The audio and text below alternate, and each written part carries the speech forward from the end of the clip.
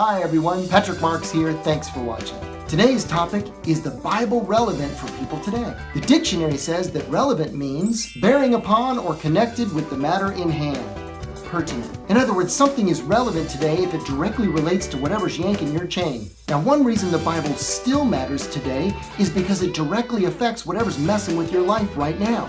Another reason is because it is based on objective truth, which is based on fact or reason. Objective truth is very different from subjective truth, which is based on opinion or preference. There's a lot of confusion today about what is the difference between opinion and preference and what is objective truth. Opinion or preference is subjective truth because it's based on the subject. For example, if I tell you that caramel ice cream is gross, that is a subjective truth because for me, the subject of that sentence, caramel ice cream really is gross. Now, my wife thinks that caramel ice cream is really awesome. She salivates at the very thought of caramel ice cream. But of course, she's really wrong about that.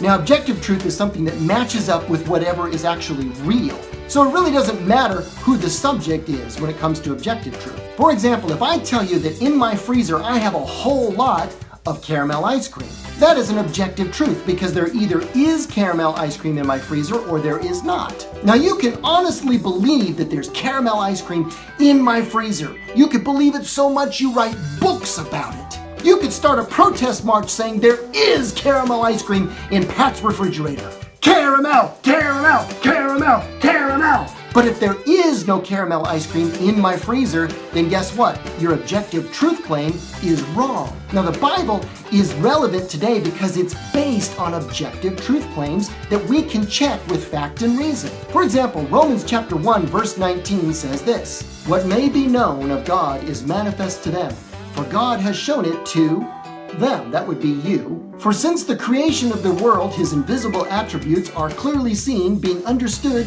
by the things that are made." In other words, you can see clearly that God is real from the things that have been made. That's an objective truth claim that we can actually test. Now, that's confusing today, and I know that because modern science has this idea that everything and all living things came from this long natural process of evolution over billions and billions of years. In fact, this idea is so common that if you doubt it in some way, you're considered unscientific or some kind of an oddball. Well, actually, I find that kind of odd, and I was a science teacher, and here's why. Because real science, as I used to have to teach it, tells us that the universe must have had a beginning. The theory of relativity, you remember E equals mc squared? Even the Big Bang, and these are secular theories, will tell you that the whole universe had to have started from nothing.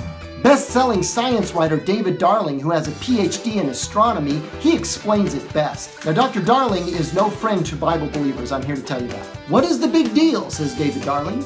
"The biggest deal of all is how you can get something out of nothing." Don't let the cosmologists try to kid you on this one. They have not got a clue either, despite the fact that they're doing a pretty good job of convincing themselves and others that this is really not a problem. "In the beginning," they will say, "there was nothing. No time, no space, no matter, no energy. Then there was a quantum fluctuation from which..." Whoa! Stop right there. You see what I mean? First there is nothing, then there is something. And the cosmologists try to bridge the two with a quantum flutter, a tremor of uncertainty that sparks it all off. Then they're away, and before you know it, they've pulled out 100 billion galaxies out of their little quantum hats. See, you cannot fudge this one by appealing to quantum mechanics. Either there is nothing to begin with, in which there is no quantum vacuum, no pre-geometric dust, no time in which anything can happen, no physical laws that can affect a change from nothingness into somethingness, or there was something, in which case that needs explaining. Now, Dr. Darling said that in his article on creating something from nothing in New Scientist, volume 151, September 14th, 1996,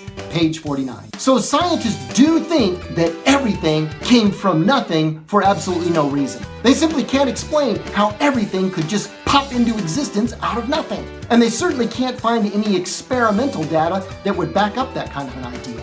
It makes sense to think that there is a power greater than space and time and matter that could bring everything into existence from outside of this reality.